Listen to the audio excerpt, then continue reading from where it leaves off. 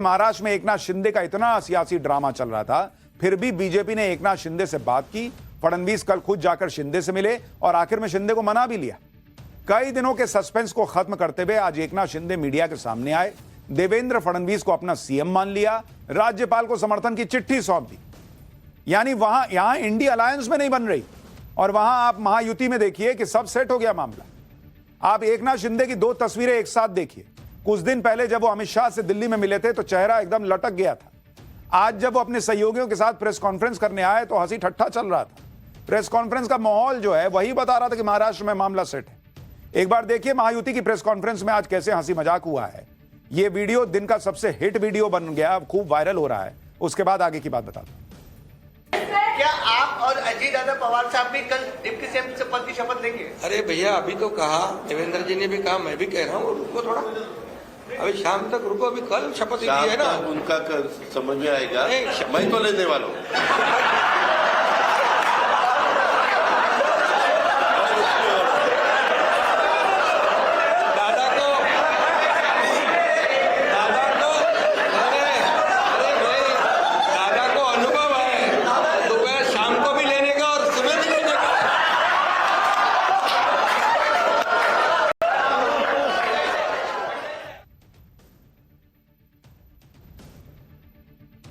यानी हंसी मजाक का माहौल चल रहा है, लाइट मूड में बातें हो रही हैं। और ऐसे दौर में जब इंडी गठबंधन के नेता एक दूसरे की टांग खींच रहे हैं, उस गठबंधन के दौर में सहयोगियों का यूं हंसी मजाक करना भी कोई छोटी बात नहीं है। हालांकि प्रेस कॉन्फ्रेंस में एकनाथ शिंदे ने यह कहकर थोड़ा सस्पेंस क्रिएट कर दिया कि वो कल शपथ लेंगे या नहीं, ये बाद में क्लियर होगा। लेकिन शिवसेना सूत्रों से खबर है कि एकनाथ शिंदे भी कल डिप्टी सीएम पद की शपथ लेंगे। देवेंद्र फडणवीस भी आज शाम को एकनाथ शिंदे से मिलने उनके आवास पर गए। दोनों के बीच करीब 45 मिनट बातचीत भी हुई है। हालांकि अब सीएम और डिप्टी सीएम को लेकर तो बात क्लियर है, इसलिए बहुत संभव है कि यह मुलाकात मंत्रालयों के बंटवारे को लेकर हुई। आप यह भी देखिए कि आज जब महायुति की जो प्रेस कॉन्फ्रेंस हुई, उसमें तीनों नेताओं ने एक लाइन पर चलते हुए एकदम क्लियर कर दिया कि 5 साल यह सरकार आराम से चलेगी। देवेंद्र फडणवीस ने कह दिया कि उनका सीएम बनना तो एक टेक्निकल अरेंजमेंट है, वो शिंदे और अजीत पवार के साथ मिलकर काम करेंगे। अजीत पवार ने भरोसा दिया कि 5 साल स्थिर सरकार चलेगी, कोई विधायक किसी पार्टी से नहीं भागेगा। एकनाथ शिंदे ने भी कहा कि हम एक टीम की तरह काम करेंगे। महाराष्ट्र में अब देवेंद्र फडणवीस की सरकार बनने जा रही है। कल शाम को वो मुंबई के आजाद मैदान में शपथ लेंगे। इस मौके पर प्रधानमंत्री नरेंद्र मोदी भी मौजूद रहेंगे। शपथ समारोह के भव्य होने की भी जानकारी। कल का दिन देवेंद्र फडणवीस के लिए बहुत खास है। उन्होंने इस पद के लिए बड़ी कुर्बानी दी थी। 2019 में भी वो सीएम बनते बनते रह गए थे, उनके साथ खेला हो गया था। तब कई लोगों ने फडणवीस का खूब मजाक बनाया था, लेकिन तब उन्होंने विधानसभा में अपने विरोधियों को कहा था कि मैं समंदर हूं, लौट कर आऊंगा। उनका यह पुराना बयान आज बड़ा वायरल हो रहा है। सुनिए एक बार। मेरा पानी उतरता देख मेरे किनारे पर घर मत बसा लेना। मेरा पानी उतरता देख मेरे किनारे पर घर मत बसा लेना। मैं समंदर हूं, लौट कर वापस आऊंगा।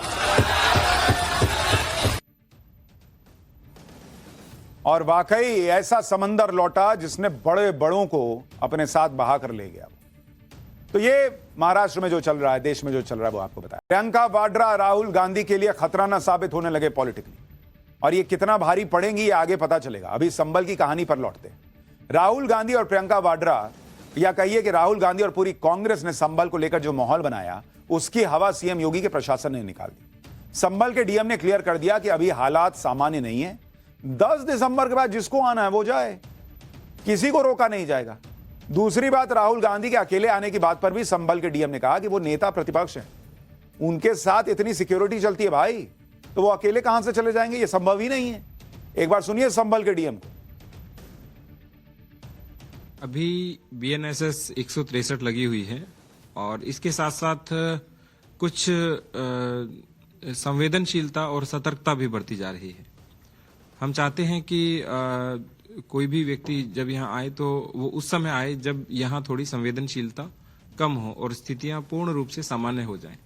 हालांकि स्थानीय स्थितियाँ सामान्य हैं, सभी बाजार खुल रहे हैं, स्कूल खुल रहे हैं, व्यापारिक प्रतिष्ठान खुल रहे हैं, किंतु शेष सभी जितने भी हमारे माननीय जनप्रतिनिधिगण हैं, उन सभी से हमारा रिक्वेस्ट भी है, अनुरोध भी है, क्योंकि वो भी एक बहुत बड़े दायित्व का निर्वहन कर रहे हैं कि वो इसी आदेश के तहत 10 दिसंबर तक अभी रुकें उसके बाद जब स्थितियां सामान्य हो जाएंगी तब आए। राहुल गांधी जी की सिक्योरिटी बहुत बड़ी है, तो अकेले तो आ ही नहीं पाएंगे।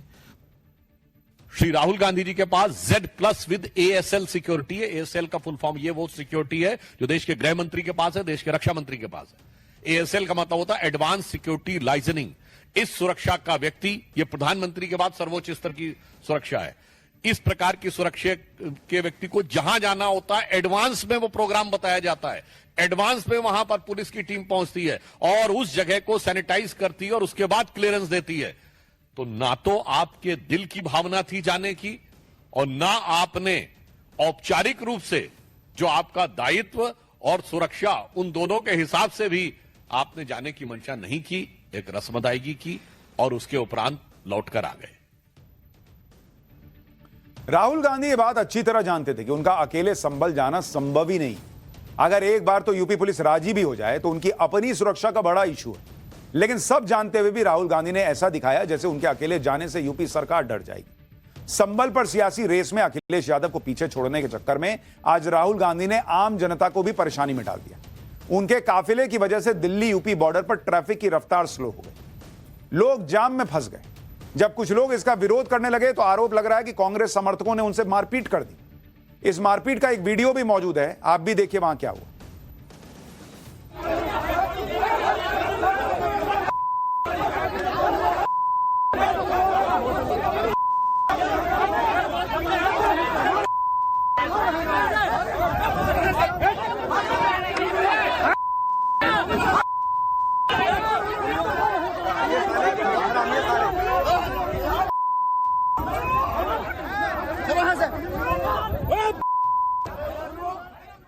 ये आगे कांग्रेस वाले हैं, जुलूस जुलूस निकाल रहे हैं मेरे हिसाब से। अच्छा, हाँ जी।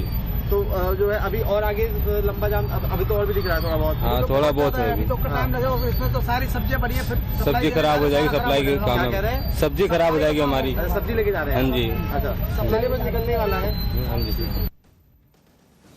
अब किसी गरीब की सब्जी खराब हो जाए तो हो जाए, राहुल गांधी जो सियासी खिचड़ी पका रहे हैं वो खराब नहीं होनी चाहिए, उसमें माहौल बना रहना चाहिए।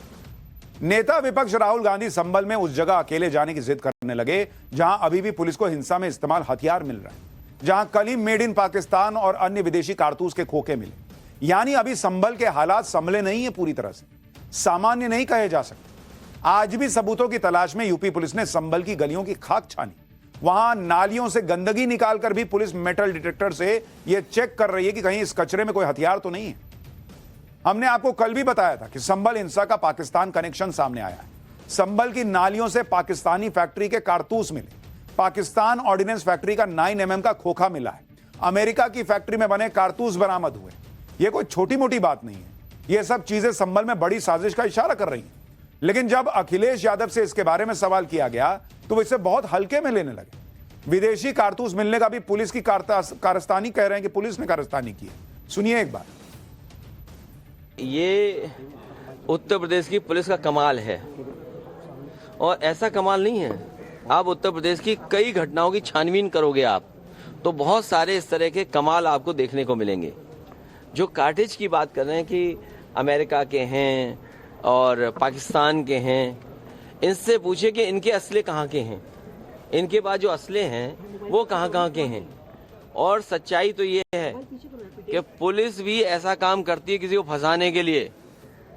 उत्तर प्रदेश की भारतीय जनता पार्टी की सरकार में पुलिस केवल फंसाने का काम कर रही है, न्याय नहीं दिला रही है। एक हफ्ते के बाद में जिस जनता के पास में कोई हथियार नहीं था, ये साबित करना कि उनके पास कारतूस थे वो भी पाकिस्तान के, ये लोग अब फंसते हुए नजर आ रहे हैं और किस प्रकार उससे मुद्दे को डाइवर्ट कर सकें इसलिए इस टाइप की वो कर रहे हैं। मुझे तो ऐसा लग रहा है कि आने वाले वक्त में ये इससे बड़ी साजिश भी कर सकते हैं। आज कारतूस दिखाएं, कल को ये दिखाएंगे कि वहां से हमें मिसाइल बरामद हुई। आप सोचिए मुस्लिम वोट बैंक की ताकत क्या है कि नेता वीडियो में दिख रहा है कि ये लोग पत्थर चला रहे हैं, वीडियो में दिख रहा है कि वहां बंदूक लहराई जा रही है, उसके बावजूद मीडिया के कैमरे पर खड़े होकर डिफेंड कर रहे हैं बॉस।